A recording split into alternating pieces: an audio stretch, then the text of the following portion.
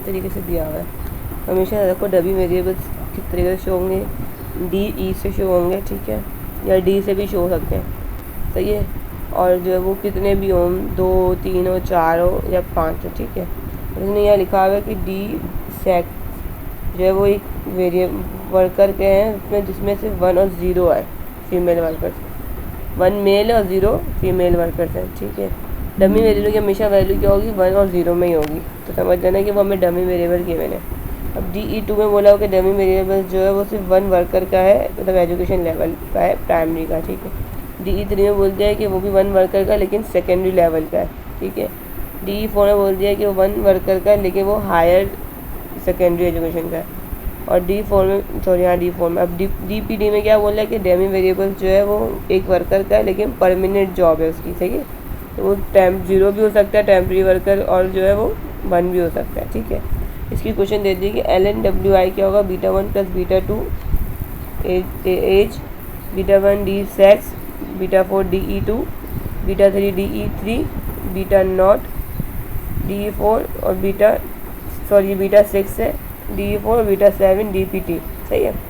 तो अभी देखो जो हम पहचानेंगे ना कि वो कैसे पता चलेगा, तो इस तरीके से डेटा गिवन होगा, देखो तो ये मैं ये भेज दूँगी, इस तरीके से देखो गिवन होगा डेटा। इसमें ये 2 वैल्यूज़ दी होंगी, एज और देखो WI और एज, या WI एज हो या कोई भी चीज़ हो जिसकी 2 ऐसी वैल्यूज़ दी हुई होंगी, उसी से हमें डमी वेरिएबल निकालना है। जैसे अब देखो इसमें कितने डमी वेरिएबल दिए हमें, 2, 3, 4 डमी वेरिएबल्स दिए हमें, ठीक है। तो समझो 3 डमी वेरिएबल्स दिए हमें और DPT दिया हुआ, D सेक्स दिया हुआ, ये भी डमी वेरिएबल्स दिए, समझो 2, 2, 4, 5 डमी वेरिएबल्स टोटल उन्होंने हमें दिए हैं। तो डमी वेरिएबल्स की पहचान ये है कि जब डेटा ऐसे 0, 1 में हो तो समझो डमी वेरिएबल है। तो इसका काम कैसे करेंगे, इसका काम देखो ऐसे करेंगे। सबसे पहले जो है हमें जो है हमारे पास जो है WI था, हमें जो है सबसे पहले क्या करना होगा, LNW को जनरेट करना होगा सीरीज़ में, ठीक है। फिर जो है रिव्यूज़ पे जाएंगे, ठीक है। पहले तो मैं अपना मेरे पास डेटा है तो इंपोर्ट फाइल में जाती हूँ और अपना डेटा जो है वो डाल देती हूँ।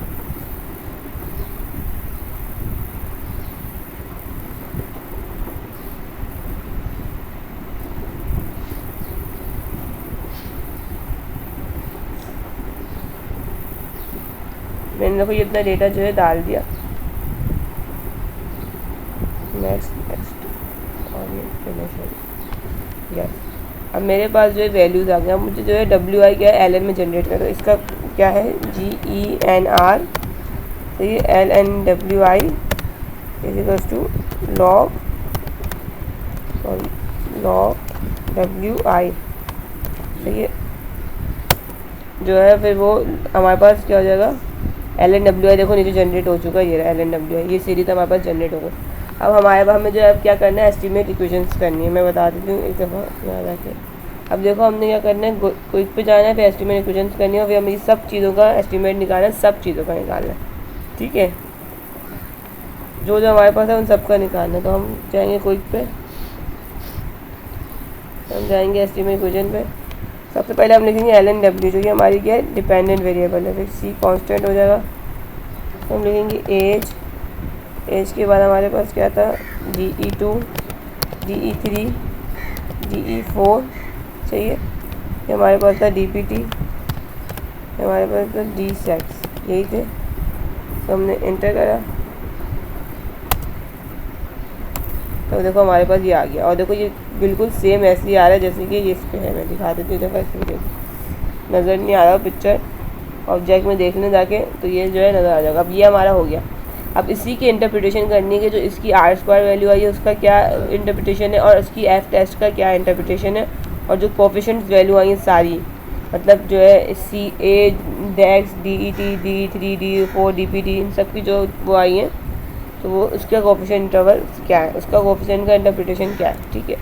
अब हमें जो है इसके बाद हमारे पास क्या हो जाएगा, हमने जब ये कर लिया, अब हमें जो है ना मल्टीप्लिकेशन, मतलब जो हमने उसको DX को D2 पे भी जनरेट करना है, सीरीज़ को इंटरेक्शन करवाना है, 2 का एजुकेशन जो है ना उन 2 का इंटरेक्शन करवाना है, मतलब D सेक्स का इंटरेक्शन करवाना है सारी एजुकेशन से, मतलब DE2 से, DE3 से, DO4 से। तो ये सब की उसकी कमांड्स हैं, ठीक है। अब इसकी कमांड हम रख के जनरेट करेंगे सीरीज़ को।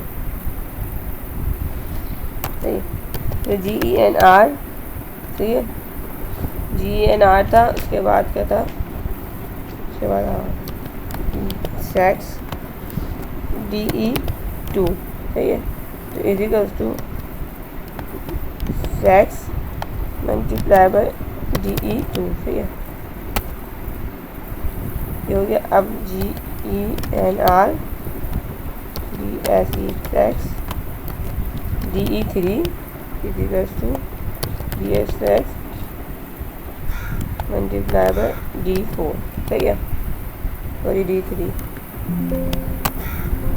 दिस इज नॉट फाउंड, अरे D3 सॉरी है, DE3, ये देख लेना ऐसे, DE3 है। तो GENR DSE डेक्स DE4 मल्टीप्लाई बाय DE4, ठीक है। तो ये जनरेट, अब हमें जो हमें अब निकालना पड़ेगा एस्टिमेशन, वो कह रहे हैं उस सब का निकालना पड़ेगा, मतलब कि हमने जो इन सब का निकाला इसके साथ अभी हमारे पास ये सीरीज़ भी जनरेट हो चुकी होगी। रुक जाओ मैं दिखा रहा हूँ, देखो सारी DX D2 DS D3 ये इंट्रोडक्शन करके भी जनरेट हो गई हैं। तो अब हमें जो है इसकी इक्वेशन निकालनी है। अब हम क्या लिखेंगे, LNWI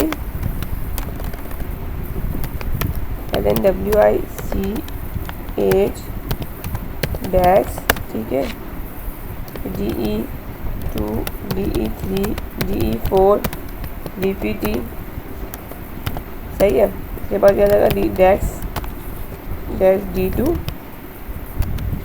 डैश D3 D3 क्या जाएगा डैश एंटर डैश D2